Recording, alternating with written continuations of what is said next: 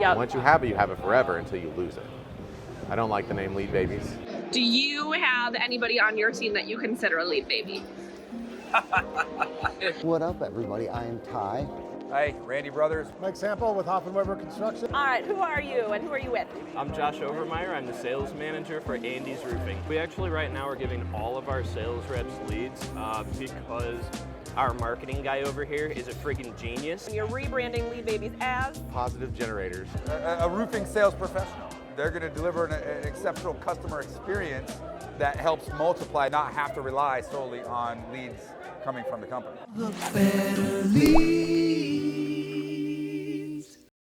What up, everybody? I am Ty with TC Backer Construction and the co-host of Behind the Tool Belt. Amazing. Thank you for doing this with me.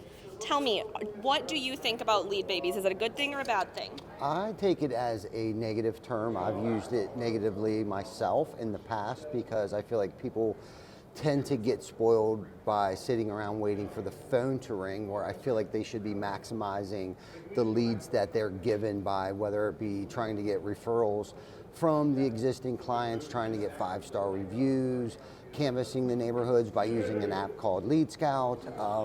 I think a lot of times what happens is, especially over the winter months, I think everybody gets into that mindset of it's the slow season, but I think that that's the time that you should be maximizing past, previous, and current clients to create more referrals. All right, who are you and who are you with? I'm Josh Overmyer. I'm the sales manager for Andy's Roofing.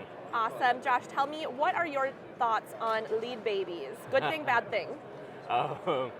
So, good thing, lead babies know how to run leads. You send them a lead, they know exactly what to do with it. The bad thing is they become so dependent on the leads coming in that they completely forget how to self-generate their own leads, which ends up in the long run costing your company more money.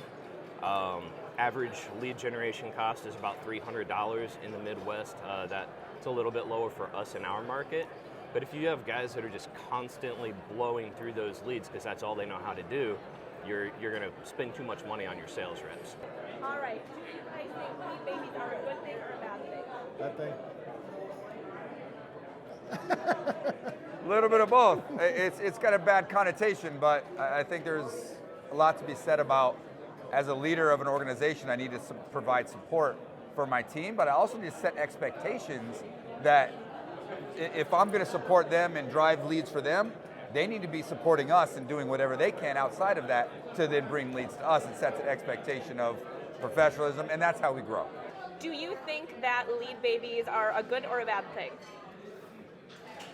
I think there's a place for everybody. I really think so. Like, some people are happy, they're comfortable at a certain level, and then some people are hungry. I think if properly managed, they can be a good thing, but if improperly managed, they can be a very bad thing. Do you have anybody on your team that you consider a lead baby? Hey, I'm a lead baby. I don't think it's a bad thing always. We provide probably 90% of the leads to our reps. So if what you're referring to is someone that gets leads from the company more than anything else or self-gen, then yes, under that definition. Justin Cagle, I'm with All American Roofing in Oklahoma City, Oklahoma. Do you think that lead babies are a bad thing necessarily? No, I think they're like low-hanging fruit, and they could grow 10 times, or you could lose them immediately. But you got to nurture it. Yep. Once you have it forever until you lose it. How do you ensure that your salespeople aren't just lead babies? Well, our guys, when they go into an office, they're selling not only our company, but who they are. So they're consistently giving the same quality, not necessarily to lead them to get a new roof, but to educate them on when they need to get a roof and why they need to check it. So yes, they're getting the leads right then, but they should be generating leads from that lead that they already got. And we put them in certain areas. So like, say you have an agent that you like, or you have a good correspondence or with their staff, you're gonna be the one that's your thing. If a lead comes in, that's gonna go straight to that salesman. And the other salesmen know that, so they nurture that. Hey, why don't you call this guy? They know we're multi-generational, so if they were to leave or get hurt, someone's gonna be there the next day. We're not Peter in a pickup or Larry in a ladder. We're at All American Roofing. We're there every day when you need us. Hey, how are you doing? I'm Jaime Ochoa with Ochoa Roofing, here with Miss Sydnee Olsen. Well, we have a program too where if it's self-generated, they get an extra percentage on top of that, and we track trackable commission. And so we help them out. What kinds of activities are they doing to get some of those leads? They are heavily involved in the community, as tapping into the existing customers. They do the 10-10-20 rule. If not, they go above and beyond. They're constantly gathering reviews from the homeowners to sharing on social media. How do you ensure that your salespeople are doing this? Do you have any sort of accountability for them? Accountability, a good way to, and I keep plugging Lead Scout here, but the accountability is like you can watch like how many homes they actually have canvassed. We have Post-it notes that they stick on the neighbors' doors. It's kind of like the old school rule that we used to call the 6-pack law or rule, where you would canvass or knock the 3 doors on the left, 3 doors on the right, and the 6 neighbors across the street. And that's just kind of how we hold them accountable. We give you 1, bring us back 2. So how do you ensure that they are still doing some self-gen?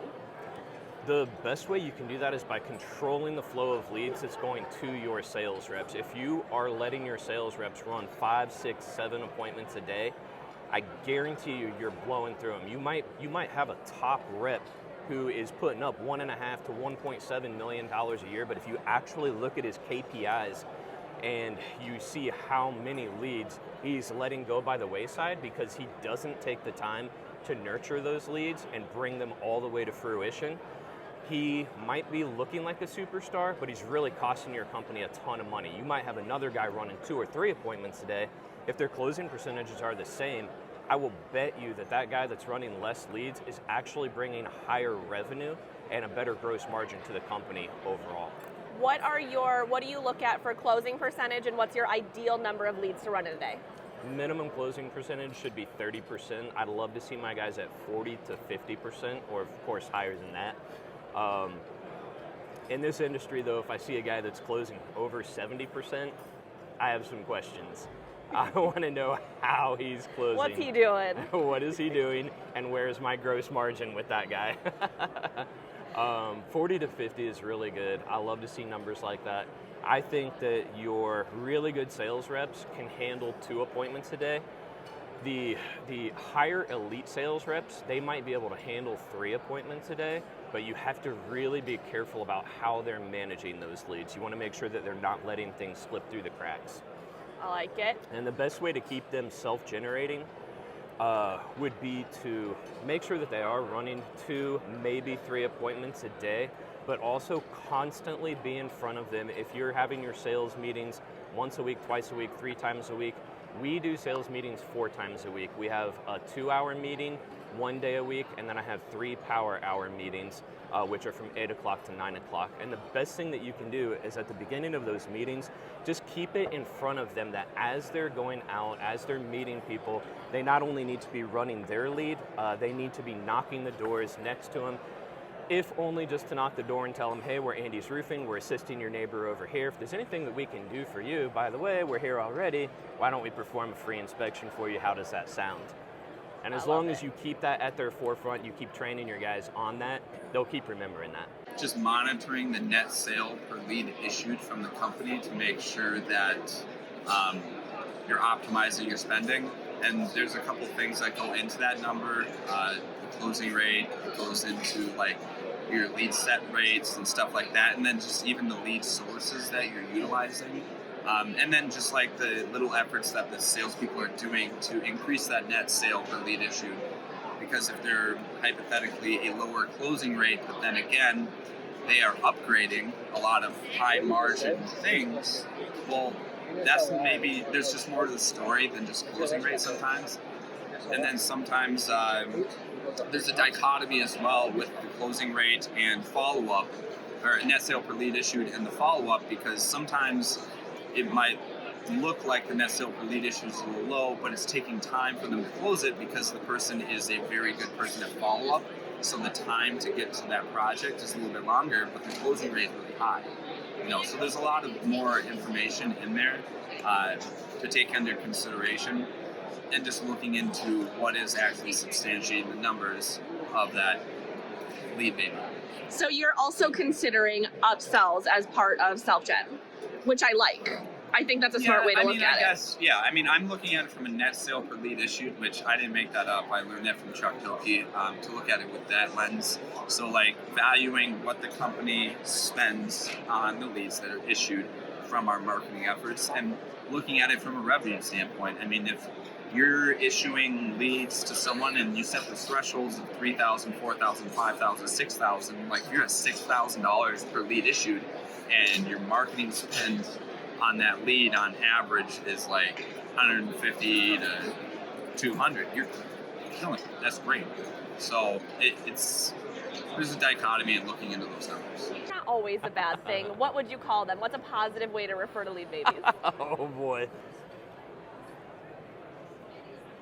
Dependent contractors. Oh, dependent contractors. Give me a one sentence on a dependent contractor. Dependent contractor is somebody who performs well for your company when they're given the opportunity to do so. Perfect. One last question. Do you give all of your salespeople leads, or is it like top performers get leads? How do you divvy those out? We actually right now are giving all of our sales reps leads because our marketing guy over here is a friggin' genius, and we have more leads than we can know what to do with. So everyone gets a lead. It's like Oprah. You get a lead, you get a lead. Everybody gets a lead. Everybody gets a lead at Andy's Roofing. Perfect. Thank you so much. Dependent contractors, the new lead babies. I love it. Well, in the past, you monitored them. You have them write it down, you track. But the problem with self-gen is you never know the appointments they don't get. So you monitor their close rate. They don't tell you about the ones they don't get. So we hold them accountable to getting a certain number of appointments that are not just given to them. I'll go. I probably limit the amount of leads you give them. I mean, it's nice to give them appointments to push the self-generation part of it, but you can also limit it. If you don't see a lot of self-gens, you limit the appointments you give them. So there's a few things that we're going to do. First off, I'm going to set an expectation with the new sales rep that for every lead you give me, I expect you to generate a lead. And then I back that up by teaching them how to generate leads. I teach them how to network, I teach them how to knock doors, I teach them how to work referrals and encourage them and support them over and over and over to get them in a place where they can build their own network to then start paying dividends of generating leads consistently by themselves. At the same time, you charge a fee or whatever you're charging for marketing. I reinvest back in the business to drive as much marketing and branding as possible to then reciprocate and send them leads as well. I think it should be like a partnership type relationship. That's how I treat it with salespeople. Anything else to say on maximizing the leads that you're giving your salespeople? As far as maximizing them, just tracking them. Like you mentioned earlier, tracking, meeting weekly, going over what they've been doing, what they're doing with self-generation efforts. Like we push just not knocking doors, but getting involved with charities, networking groups, all that kind of stuff helps bring in the self-gen.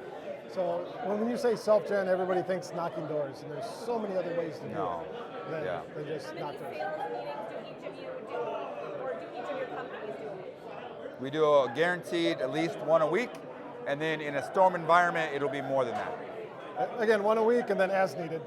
I like it. So you've used lead babies as a negative term or a negative connotation in the past. If you were to rebrand it, what would you call them? I would call them lead scout babies. What's your one sentence on what a lead scout baby is? One sentence on a lead scout baby. One sentence on what a lead scout or a lead baby is. I'm sorry. Someone that just sits around and waits for the phone to ring. What's the difference then between that and a lead scout baby? The difference between that is you're actually canvassing those neighborhoods that you have done projects in already. I like it. And how many sales meetings do you have with or not necessarily you, but how many sales meetings does your team have a week? At least 2. At least 2. Do you do it in the beginning and the end of the week? Yes. Why? We do a sales meeting at the beginning of the week to kind of get the team fired up, and then we have what's called Follow-Up Friday to follow up with your previous, past, and current clients. I love it. So we've heard it here first. The new term for lead babies is lead scout babies. That's right. Thank you. You're welcome. I don't like the name lead babies. If you were to rebrand lead babies, what would you call them? Positive generators. Positive generators. Tell me a little bit more about that. When it's a lead baby, it's already, they have a positive feel about you. That's why they called you. They were referred to you or they know about you. So they have a positive feeling. So you can either build on that and also generate another positive thing from them. Like, hey, they referred you, now you can refer me to get that same service from me. You know, is there someone you care about? And that's the consistency of every day, who you are. Are you answering your phone? Are you showing up on time? And giving the same information every time. I love it. So say it one more time. You're rebranding Lead Babies as? Positive generators. Positive generators. I love it. Thank you so much. All right, you're welcome. Okay, and if you had to rebrand the term Lead Babies into something positive, Randy, what do you call it? I call it a professional, a roofing sales professional. And what's one sentence on your roofing sales professional? One sentence, I mean, they're going to deliver an exceptional customer experience that helps multiply themselves to then not have to rely solely on leads coming from the company. Right? What are we rebranding Lead Babies to? I go with the same thing. I like it, but what we try to do and go to the sentence is try to get them to look at themselves as their individual brand, not just the brand of Hoffman Weber, but brand themselves. Yep. You know, work their network and their area where they live is huge. Lead Babies are now network sales professionals. So what is your rebrand of Lead Babies then in a positive way? I would say a net sale per lead issued optimizer. And give me one sentence on the net sale per lead optimizer. The net sale per lead optimizer values what is provided them and compounds on the opportunities from there and makes sure that the most efficiency and opportunity is utilized for their time spent with that lead and the return on investment for themselves and their time spent, as well as the company's resources. All right, so you heard it here first. Lead Babies now are net sale per lead optimizers. Thanks, Josh. Yep. The better lead.